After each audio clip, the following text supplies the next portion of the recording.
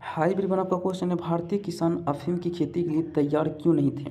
पहला पॉइंट, किसानों को गांव के पास वाली उर्वर ज़मीन जिस पर वे दाल बोया करते थे उसी ज़मीन पर उन्हें अफीम बोनी पड़ती थी। अगर वह इस ज़मीन पर अफीम उगाते तो उन्हें खराब ज़मीन पर दाल बोनी पड़ती थी।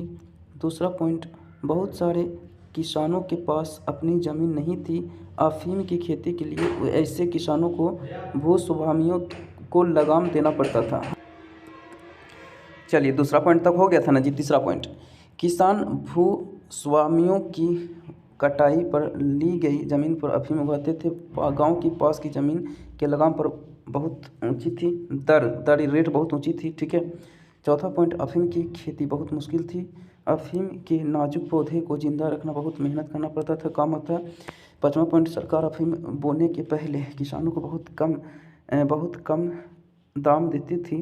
किसानों के लिए सरकारी मूल्य पर अफीम पैदा करने का घाटे का सौदा था। So thank you.